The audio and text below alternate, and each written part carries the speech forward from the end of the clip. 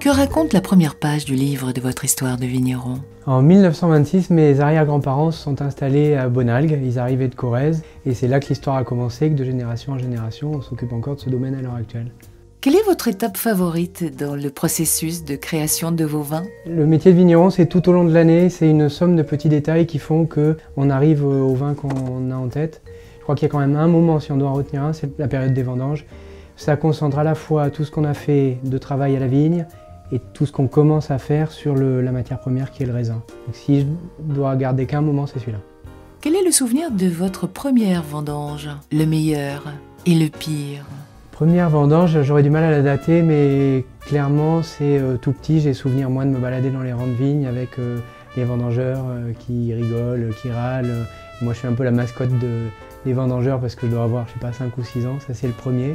Le meilleur et le pire, je crois qu'ils se confondent. C'est la deuxième année où j'étais là, il a plu beaucoup pendant les vendanges, c'était des conditions assez difficiles. Et en fait, je me souviens qu'un soir, on était autour de la table de tri, il était vraiment tard, il faisait nuit, on était tous crevés et c'est devenu un moment où on s'est raconté toutes nos histoires de vendanges et où l'équipe qui était là, tous ceux qui étaient là depuis longtemps, me disaient « Tu te rappelles, ton grand-père il faisait ci, qu'est-ce qu'on rigolait, qu'est-ce qu'il nous engueulait ?» Et c'est devenu un moment particulier pour moi parce qu'on s'est rassemblés dans une période un peu difficile. Quel est le secret de votre art de faire votre vin de Bordeaux? Un des secrets, c'est la longévité de la famille sur le terroir de Bonalgues, ce qui fait qu'au jour le jour, ça m'aide à connaître l'histoire des parcelles, savoir comment elles réagissent et à les connaître vraiment en profondeur.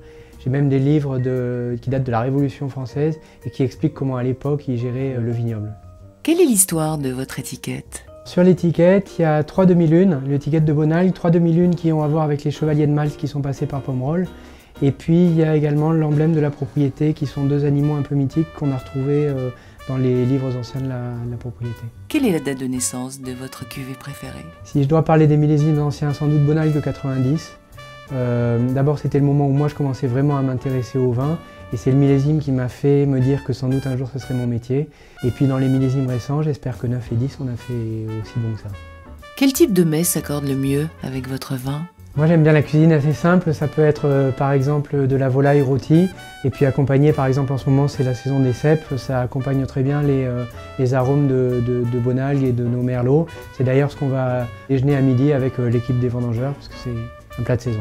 Quel est pour vous le meilleur moment de dégustation? Il y a un moment que j'aime bien, c'est le dimanche avant le déjeuner.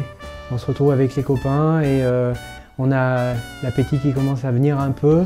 Et à ce moment-là, on a envie de s'ouvrir un bon vin rouge, de se raconter une histoire autour, et puis d'embrayer avec le repas où on va passer des heures à table. Quel est pour vous l'art de vivre à Bordeaux? Moi, mon bonheur, c'est tous les matins d'ouvrir les volets et de découvrir la vigne, qui est à la fois notre outil de travail, mais aussi notre lien avec la nature et puis notre passion.